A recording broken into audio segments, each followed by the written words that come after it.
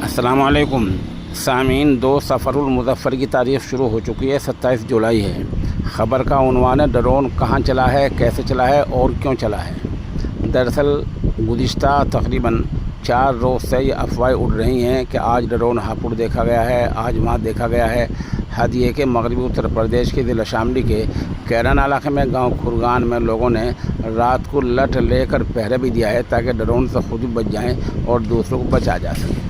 ये मामला चल ही रहा था कि उत्तर प्रदेश सरकार ने बाकायदा एक लेटर जारी किया। लेटर आप स्क्रीन पर देख सकते हैं। इसमें लिखा है कि अगर उत्तर प्रदेश या उत्तराखंड की सरहदी इलाके में आप ड्रोन देखें उड़ता हुआ उफुक में, आसमान में, तो कोई ना घबराएं ना अफवाह फैलाएं, बल्कि सरकारें सरहदी इलाके की पैमाइश कर रही हैं, उनको नाप रही हैं। ड्रोन के ज़रिए वो नक्शों से जगह नापी जाती हैं, कितनी उत्तराखंड की है, कितनी यूपी की है, सरहदी इलाका कहाँ से कहाँ तक है।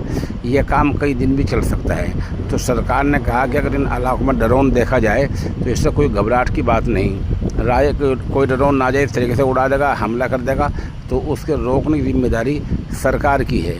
जिस तरह लठ लेकर लोग घूम रहे हैं, ये गलत तरीका है। इसका कोई फ़ायदा ना हुआ है और ना होने वाला है।